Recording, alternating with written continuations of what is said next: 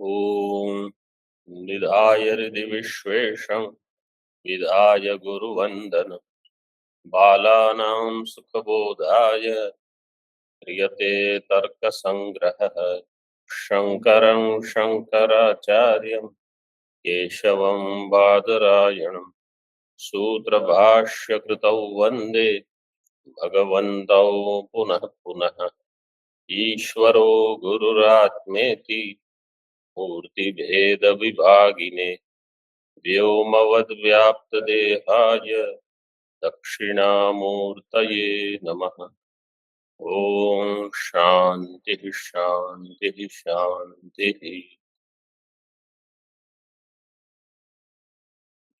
किरणावली में पृष्ठ क्रमांक 162, ऊपर से पंचम पंक्ति।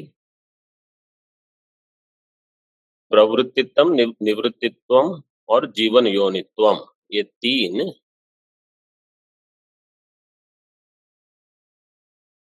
प्रयत्न के लक्षण बताए। मतलब तीन प्रकार के प्रयत्न होते हैं।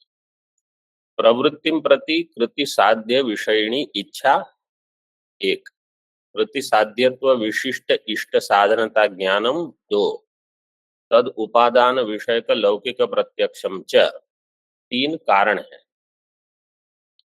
प्रवृत्ति के लिए तीन कारण है। कृति साध्य विषयिणी इच्छा, मतलब कर्म से कुछ साध्य, कुछ प्राप्त हो ऐसी इच्छा, उस साध्य विषय की इच्छा, साध्य विषय का, साध्य विषयिणी इच्छा, तभी प्रवृत्ति होगी। दूसरा, कृति साध्यत्व विशिष्ट साधनता ज्ञानम। कृति साध्यत्व जो विषय है वहां इष्ट साधनता, क्योंकि जितनी अधिक इष्ट साधनता होगी उतना अधिक प्रयत्न होगा। और तद उपादान विषयक लौकिक प्रत्यक्षम च, उसके उपादान के लिए लौकिक प्रत्यक्ष, मतलब लौकिक प्रत्यक्ष ज्ञान हो, ये सब प्रवृत्ति के प्रति कारण है। जिसका लौकिक प्रत्यक्ष न हो अथवा केवल अनुमान से कुछ भान हो लेकिन किसी अन्य को उसका प्रत्यक्ष न हो, उस विषय में प्रयत्न नहीं होता। जैसे कोई कहेगा कि चंद्रमा में कोई औषधि है जिससे रोग ठीक हो जाएगा, तो वहां प्रयत्न कोई नहीं करता। निवृत्तिम प्रति फलगतो द्वेषः द्विष्ट साधनता ज्ञानम च कारणम। निवृत्ति के लिए दो कारण है। फलगत द्वेष, उसका जो फल है विषय, उसमें द्वेष, और द्विष्ट साधनता ज्ञानम, ये द्वेष का साधन है। मतलब इससे द्वेष की उत्पत्ति होगी, दुख होगा। ये दोनों कारण है। तो जहां ये होंगे दोनों कारण, वहां निवृत्ति सिद्ध होगी। निवृत्ति भी एक प्रयत्न है, प्रवृत्ति भी एक प्रयत्न है, तो दोनों की सिद्धि के लिए भिन्न कारण दिए। तृतीय है जीवन योनि। जीवन योनिम प्रति जीवनादृष्टम कारणम। जीवन योनि का दृष्टांत दिया था साहजिक प्राण संचार विषयक यत्नत्वम। तो साहजिक प्राण संचार जो है उसमें जीवन अदृष्ट, जीवन अदृष्ट का अर्थ है कि जीवन के लिए जो अदृष्ट है, जीवनाय अदृष्टम, वो कारण है। मतलब जिसको हम प्रारब्ध कर्म कहते हैं, कि जब तक प्रारब्ध कर्म होगा वो साहजिक प्राण संचार प्रयत्न चलता रहेगा। जब प्रारब्ध समाप्त होगा वो प्रयत्न भी समाप्त हो जाएगा। जीवन योनि ही सर्वथा अतीन्द्रिय सच अनुमीयते। अब कोई कहेगा प्रवृत्ति निवृत्ति इसका तो भान हो सकता है, ये जीवन योनि का भान कैसे होगा? तो कहते हैं वो अतीन्द्रिय है, इसका केवल अनुमान कर सकते हैं। अधिक श्वासादि प्राण संचार प्रयत्न साध्य कार्यत्वात् इति अनेन प्राण संचारस्य यत्न साध्यत्वे सिद्धे प्रत्यक्षतः इतर यत्न साध्यत्वस्य बाधात् अतीन्द्रिय प्रयत्न सिद्धि। अधिक श्वासादि प्राण संचार है प्रयत्न साध्य है। अधिक श्वास का अर्थ है कि वर्तमान काल में जो श्वास चल रहा है इससे अगला जो श्वास होगा ये प्रयत्न साध्य है। क्यों? कार्यत्वात्, क्योंकि वो एक कार्य है। यत्र यत्र कार्यत्वम तत्र तत्र प्रयत्न साध्यत्वम, प्रयत्न साध्यत्वम, ये व्याप्ति रहेगी। तो प्राण संचारस्य कार्यत्वात् यत्न साध्यत्वम, प्राण संचार है वो कार्य होने से वो भी यत्न साध्य है, ये सिद्ध हो जाएगा। अब ये जो यत्न है इसमें कोई प्रत्यक्ष यत्न नहीं है, मतलब हम कुछ नहीं कर रहे हैं फिर भी हो रहा है, तो इसलिए प्रत्यक्षतः इतर यत्न साध्यत्वस्य बाधात्, प्रत्यक्षतः इतर यत्न साध्यत्व का बाध होने से अतीन्द्रिय प्रयत्न सिद्धि, इसलिए उसको अतीन्द्रिय प्रयत्न कहना पड़ेगा। स एव जीवन योनि यत्न है, वही जीवन योनि के लिए यत्न है, मतलब प्रयास है। आगे देखिए, विहित कर्मजन्यो धर्म, निषिद्ध कर्मजन्यो धर्म, विहित कर्मजन्य जो है वो है धर्म, विहित कर्म से उत्पन्न होगा।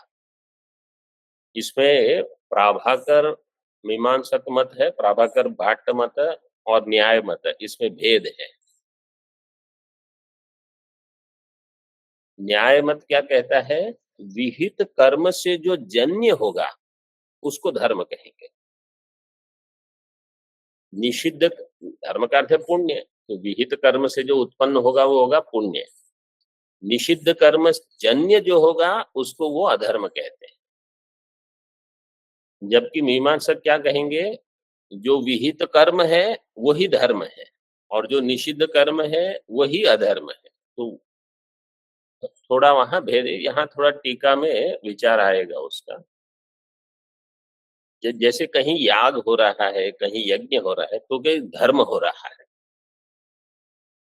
ये कर्म से धर्म उत्पन्न होगा ऐसा वो नहीं कहते। मीमांसक क्या कहेंगे? यहाँ धर्म होगा। मैं देख रहा था ये कल, यदा यदा ही धर्मस्य ग्लानिर्भवति, इसमें धर्म शब्द का अर्थ भगवान भाष्यकार ने क्या लिया है वो मीमांसक के ही बराबर जैसा है। सभी टीकाकारों ने जो गीता पर टीकाएं हैं सब धर्म का अर्थ ऐसा ही लिया है, वर्णाश्रम धर्म और वेद विहित इनकी ग्लानि, ऐसा वहां वर्णन किया है। किरणावली में देखिए, विहित कर्म जन्यति, वेद विहित इत्यर्थः, विहित का अर्थ है वेद विहित, अधर्म वारणाय वेद विहित इति। धर्म में धर्म का लक्षण है वेद विहित। तो कोई कहेगा कि अधर्म भी वेद मूलक है, मतलब निषिद्ध कर्म जन्य जो होगा वो भी वेद मूलक होगा। क्यों? क्योंकि वेद में ही कहा कि ये निषिद्ध है, तो कहते हैं वेद विहित, वेद निषिद्ध नहीं, ऐसे वेद विहित इति।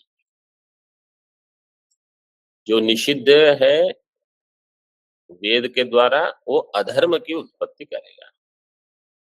देखो यहाँ यागादि क्रिया वारणाय कर्मजन्य, यागादि क्रिया को धर्म नहीं कहा। यागादि क्रिया वेद विहित है कि नहीं?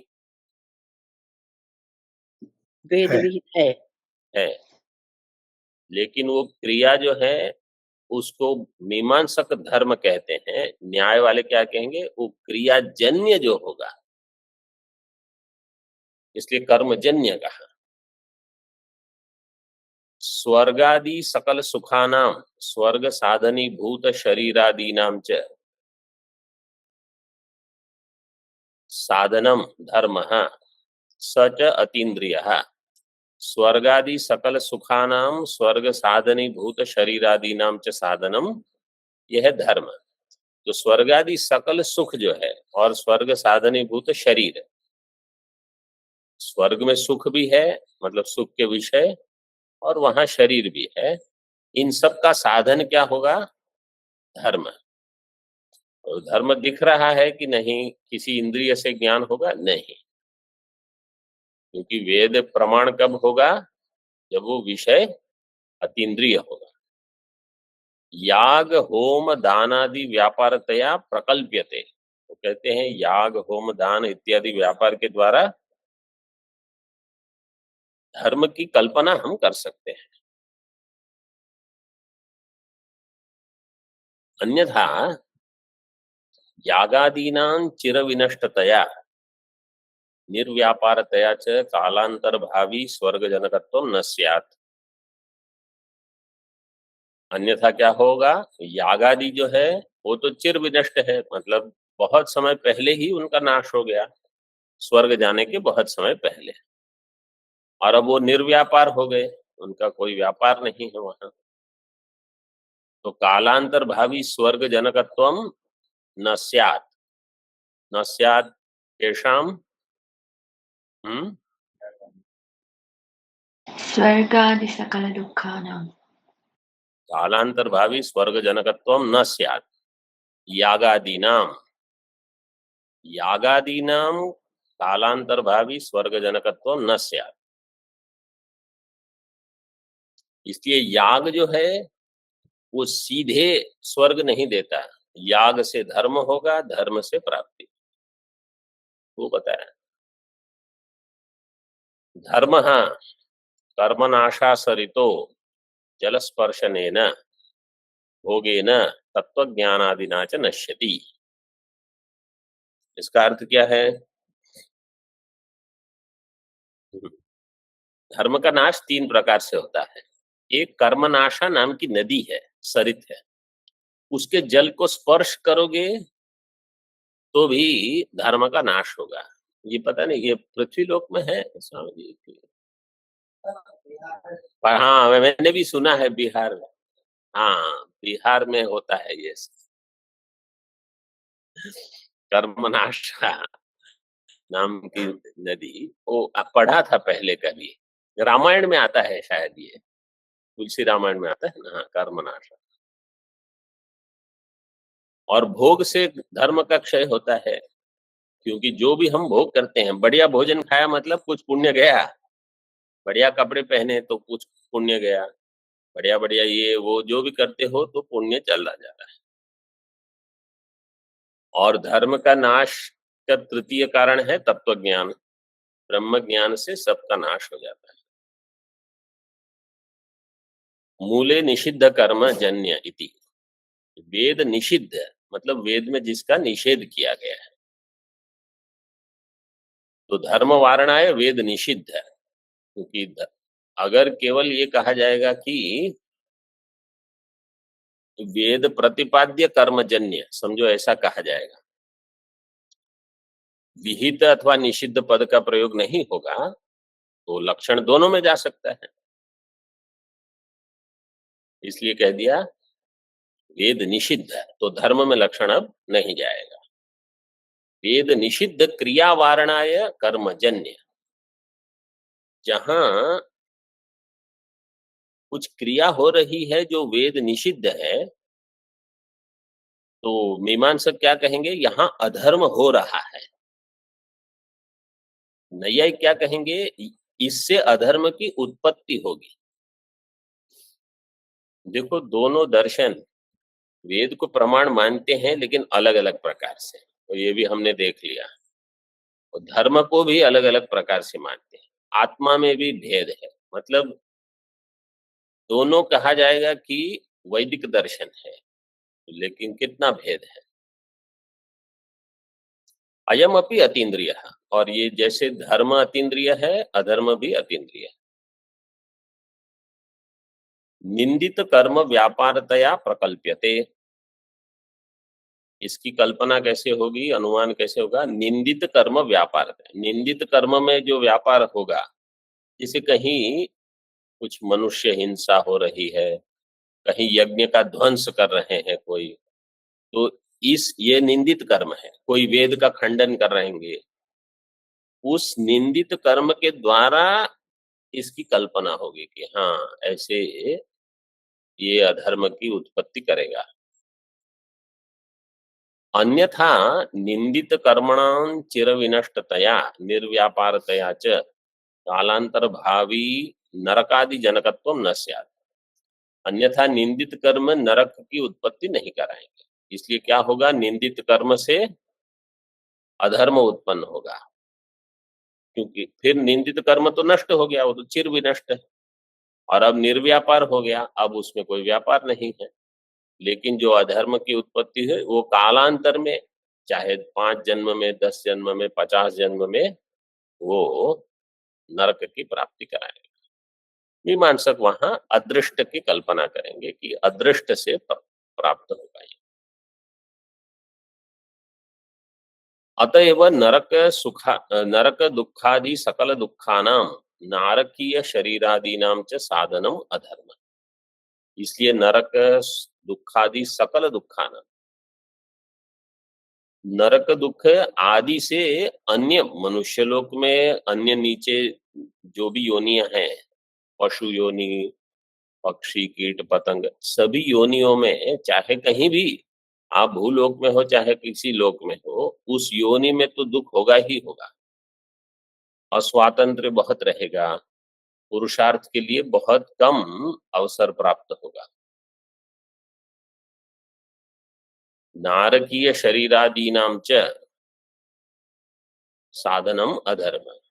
तो जितने दुख होते हैं वो अधर्म से ही प्राप्त होते। साधनम का अर्थ यहां लेना कारणम।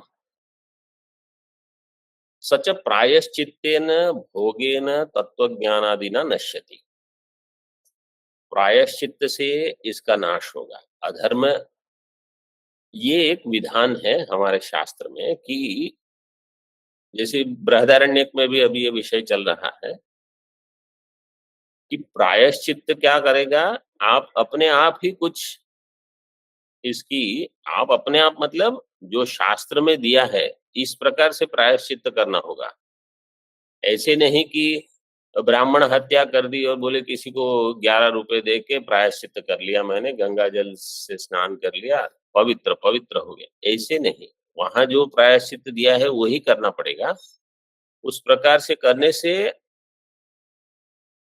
अधर्म का नाश होगा। अथवा भोग से मतलब दुखी हो जाओ, कुछ ज्वरा हो गई, कुछ ताप है, कुछ अन्य अंग भंग हो गया, या जो भी दाह है, इस प्रकार के, अथवा मानसिक संताप। कभी कभी क्या होता है, ये बहुत विचित्र है, किसी ने कुछ आपको कहा नहीं, आपने मन में एक कल्पना कर ली, हमारे बारे में इन्होंने ये कहा अथवा ये ऐसा सोचते हैं। आप दुखी हो रहे हो 1 दिन, 2 दिन, 5 दिन, 10 दिन, 15 दिन, दुख हो गया, वो पाप का कर्म था, आप भुगत लिए। फिर एक दिन आपको तुरंत उनसे, उनके व्यवहार से, उनके व्यापार से, उनकी वाणी से कहीं पता चल जाएगा इन्होंने आपके बारे में ऐसा सोचा ही नहीं था। क्योंकि मूल हकीकत ये है कि इनको आपके बारे में सोचने का कोई समय ही नहीं है, कोई अवसर भी नहीं। आप ही कल्पना में जी के दुखी होना था तो बस कोई निमित्त चाहिए, दुखी हो गए। ये ऐसे, तो ये भोगे न का अर्थ केवल ये नहीं कि कुछ शरीर को हुआ तो ही भोग हुआ, मन में ही दुखी होके थोड़े बीमार हो गए, बस तो ठीक हो गया सब। और तृतीय तत्व ज्ञान आदि, तत्व ज्ञान से अधर्म का भी नाश होता है। धर्माधर्मो अदृष्ट पदेन उच्यते एतौ वासना जन्यौ। धर्म अधर्म अदृष्ट पद से भी कहे जाते हैं, ये वासना जन्य है। वासना च विलक्षण संस्कारो बोध्य। और वासना आगे बताएंगे, यह विलक्षण प्रकार के संस्कार। आगे देखिए मूल में, इसको आपको पढ़ने की आवश्यकता नहीं है, हम पढ़ लेते हैं, बहुत लंबा है। बुद्ध्यादयो अष्टा आत्ममात्र विशेष गुण। बुद्ध्यादि जो है 8 है, ये आत्ममात्र विशेष गुण है, मतलब ये आत्मा में ही रहेंगे ऐसे विशेष गुण है, सामान्य गुण नहीं, विशेष गुण। बुद्धि इच्छा प्रयत्न नित्या अनित्याश्च। बुद्धि इच्छा और प्रयत्न ये 3 जो है ये नित्य भी होते हैं अनित्य भी होते हैं। बुद्धि का अर्थ है ज्ञान। नित्या ईश्वरस्य अनित्या जीवस्य। ईश्वर की बुद्धि इच्छा प्रयत्न नित्य है, जीव के अनित्य है। संस्कार त्रिविधा, संस्कार 3 प्रकार के हैं।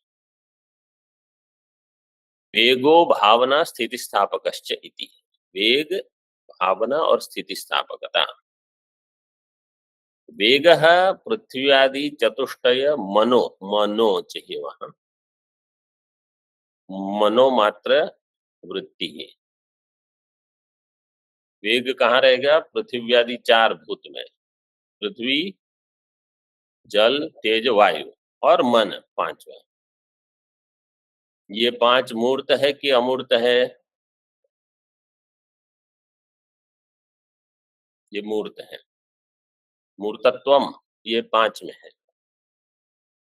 अनुभवजन्य स्मृति हेतुर भावना आत्ममात्र वृत्ति ही। अनुभवजन्य स्मृति हेतु इसको कहा जाएगा भावना, ये आत्ममात्र वृत्ति है, आत्मा में ही रहेगी। अन्यथा कृतस्य पुनस्तद अवस्था आपादकः स्थिति स्थापकः। वहां एक ही तकार है, ऐसा लगता है कि 2 है, लेकिन अन्यथा कृतस्य पुनस्तद अवस्था आपादकः स्थिति स्थापकः कटादि पृथ्वी वृत्ति ही। अन्यथा कृतस्य उसकी जो अवस्था है उससे उसको अन्यथा कर दिया, जैसा था वैसा नहीं रखा। जैसे वो जो रबर बैंड होते हैं तो उनको खींच के बड़ा कर दिया, अन्यथा कृत हो गया। छोड़ दोगे तो पुनस्तद अवस्था आपादक है, ये स्थिति स्थापक। दूसरा दृष्टांत यहाँ कटादि, जैसे चटाई रहती है, अगर उसको बार बार घुमा के छोटा करके रखा है संकोच करके, तो विस्तार करोगे तो फिर संकोच हो जाएगा। जैसे कैलेंडर वगैरह होते हैं, आरंभ में एकदम संकोच करके रखा है तो विस्तार करने पर भी यह है उसकी स्थिति स्थापकता, पुनः उस अपनी स्थिति में चला जाना, इति गुणः। सो पुनस्तद अवस्था आपादकः स्थिति स्थापकः। ये केवल पृथ्वी में है, कटादि पृथ्वी वृत्ति। पृथ्वी में भी सभी में नहीं रहेगा। घट में कोई स्थिति स्थापकता और धर्म नहीं मिलेगा आपको, कहीं कहीं उपलब्ध होता है। किरणावली अब 165 पृष्ठ पर है ना। मूले बुद्ध्यादयो अष्टाविति। बुद्धि सुख दुखेच्छा प्रयत्न इच्छा द्वेष है। बुद्धि सुख दुखेच्छा द्वेष, तो अच्छा वो श है, हाँ। द्वेष प्रयत्न धर्माधर्मा इति, ये 8 विशेष गुण है। मूले संस्कार है। इसका लक्षण देखिए, सामान्य गुण आत्म विशेष गुण उभय वृत्ति गुणत्व व्याप्य जातिमत्वम संस्कारस्य लक्षणम। सामान्य गुण आत्म विशेष गुण उभय वृत्ति गुणत्व व्याप्य जातिमत्वम। आत्म विशेष गुण, आत्मा के जो विशेष गुण है, आत्मा के विशेष गुण कितने हैं? 9 गुण है, उसमें से 8 पहले बता दिए, बुद्धि सुख दुख इच्छा इत्यादि। और सामान्य गुण से क्या लिया है? संस्कार जो है आत्मा के आत्मा का विशेष गुण है, लेकिन अन्य में भी उपलब्ध है। सामान्य से यहाँ जो 5 सामान्य गुण हैं, वो 5 सामान्य क्या है?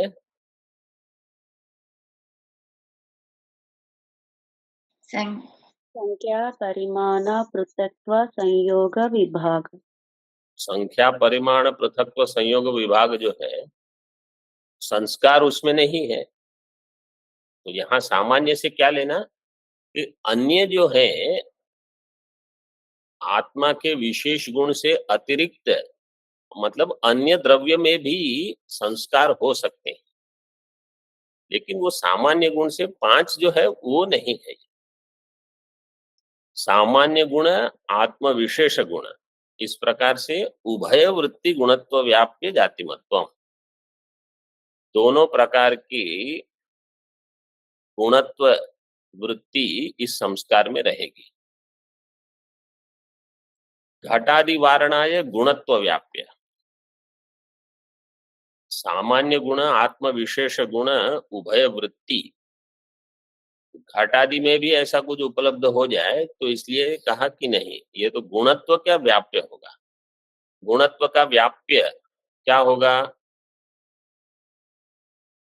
इस संदर्भ में गुणत्व का व्याप्य क्या होगा?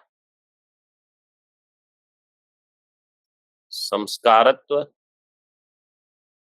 क्योंकि गुणत्व व्याप्य जातिमत्वम संस्कार से लक्षण, तो संस्कारत्व नाम का जो धर्म होगा वो गुणत्व व्याप्य है। तो जहां संस्कारत्व नाम का धर्म रहेगा वो गुणत्व की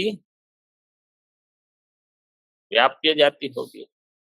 मतलब संस्कारत्व जो है वो गुण में रहेगा, उसमें गुणत्व रहेगा। ऐसे घटादि में घटादि का वारण करने के लिए दे दिया गुणत्व। संयोग आदि वारणाय आत्म विशेष गुण उभय वृत्ति, केवल सामान्य दे दे तो संयोग आदि में लक्षण चला जाएगा, इसलिए कह दिया आत्म विशेष गुण उभय वृत्ति। ज्ञानादि वारणाय सामान्य, और आत्मा के विशेष गुण ही अगर लिखते आत्म विशेष गुण वृत्ति, तो ज्ञान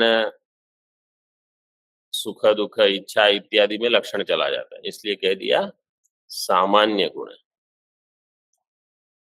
ये हो गया संस्कार का लक्षण। वेग इति पृथ्वी जल तेजो वायु मनस्सु वर्तते इत्यर्थः। ये पृथ्वी जल तेज वायु और मन में रहेगा। वेगत्वं जाति विशेषः प्रत्यक्ष सिद्ध है। वेगत्व क्या है? जाति विशेष, ये प्रत्यक्ष सिद्ध है। कर्मज वेगज भेदात वेगो द्विविधा, वेग है वो 2 प्रकार से है, कर्मज वेग और वेगज वेग। ठीक है, ऑनलाइन वाले सब समझ रहे हैं कि नहीं? यस स्वामी जी। जी स्वामी जी। वेगज वेग शरीरादौ ही नोदन जनितेन कर्मणा वेगो जन्यते। शरीरादि में नोदन से जन्य, नोदन मतलब जो विशेष शब्द होता है, नोदन का अर्थ है हाँ, कि जिस जहां जैसे शब्द जनकत्व शब्द अजनकत्व, जैसे ये भेरी मृदंग वगैरह जो बजाते हैं, उससे शरीर आदौ ही नोदन जनिते न कर्मणा, उस कर्म से शरीर आदि में वेग उत्पन्न हो सकता होता है। जैसे ये युद्ध के समय बजाते हैं, उसका कारण वही होता है, उसको कहते हैं कर्मज वेग। यत्र च वेगवता कपालेन जनितेन घटे वेगो जायते स वेगजो वेग इति। और वेगवान कपाल है, उससे जनित घट में वेग आ गया तो वेगज वेग इति अनुभवजन्य इति। अनुभवजन्यत्वे सति स्मृति हेतुत्वं भावनायाः लक्षणम्। भावना आगे बताते हैं, अनुभवजन्यत्वे सति स्मृति हेतुत्वम्। अनुभव का अर्थ क्या है? जो ज्ञान है और जो स्मृति विलक्षण है। अनुभव का अर्थ क्या है? जो ज्ञान है, ज्ञानत्वे सति स्मृति विलक्षणत्वम् अनुभवस्य लक्षणम। तो जो स्मृति है उससे स्मृति की उत्पत्ति नहीं मानते हैं, ये प्राचीन नैयायिक। अनुभवजन्यत्वे सति स्मृति हेतुत्वम भावनायाः लक्षण, भावना का ये लक्षण। अनुभव से जन्य हो और स्मृति का हेतु हो। उपेक्षानात्मक निश्चय संस्कारं प्रति कारणम। उपेक्षात्मक, हाँ, उपेक्षात्मक ज्ञानात् संस्कार अनुत्पत्तेर अनुभव सिद्धत्वा। उपेक्षा अनात्मक निश्चय है। उपेक्षा आत्मा का अर्थ है यहाँ स्वरूप है। उपेक्षात्मक का अर्थ है जिसका स्वभाव हो, जिसमें आप उपेक्षा कर रहे हो, वो संस्कार के प्रति कारण नहीं होगा। मतलब संस्कार कब होंगे? जो उपेक्षा अनात्मक निश्चय हो। कहीं कुछ आपने देखा जिस बिल्कुल आप उपेक्षा करते हो उसकी, उसके संस्कार नहीं बनेंगे। वो दूसरी पंक्ति में दिया है, उपेक्षात्मक ज्ञानात् संस्कार अनुत्पत्ते है अनुभव सिद्ध। क्योंकि उपेक्षात्मक ज्ञान जो होता है, कुछ वहां चलते एक कागज का टुकड़ा दिख दिया, और कुछ एक घास की पत्ती है, उससे संस्कार नहीं बनते। जिसकी उपेक्षा, तो आप इसको बहुत महत्व देते हो, उसी के संस्कार होंगे। चाहे वो रागात्मक हो, चाहे द्वेषात्मक हो, चाहे वो आपकी वृद्धि का कारण बने या पतन का कारण बने, महत्व बहुत दे रहे हो आप उसको, ये अनुभव सिद्ध है। बिना व्यापारम पूर्वानुभवस्य स्मरण प्रत्यभिज्ञान जनन असामर्थ्यात् व्यापारात्मक संस्कार सिद्ध्यति। बिना व्यापार, व्यापार के बिना पूर्वानुभवस्य स्मरण प्रत्यभिज्ञान जनन असामर्थ्यात्। व्यापार के बिना पूर्व अनुभव जो है, स्मरण प्रत्यभिज्ञान, फिर से उसका स्मरण होना, प्रत्यभिज्ञान जनन असामर्थ्यात्, वो प्रत्यभिज्ञा का स्मरण नहीं कराएगा। मतलब जिसको पहले देखा नहीं उसको आप कैसे कहोगे सोयम देवदत्ता? पूर्वानुभव अगर नहीं है, बिना व्यापारम पूर्वानुभवस्य स्मरण प्रत्यभिज्ञान जनन असामर्थ्यात् व्यापारात्मक संस्कार सिद्ध्यति। इसलिए संस्कार कैसा होगा? व्यापारात्मक। यहाँ तक रखते हैं। ओम पूर्णमदः पूर्णमिदं पूर्णात् पूर्णमुदच्यते पूर्णस्य पूर्णमादाय पूर्णमेवावशिष्यते। ओम शांति शांति शांति।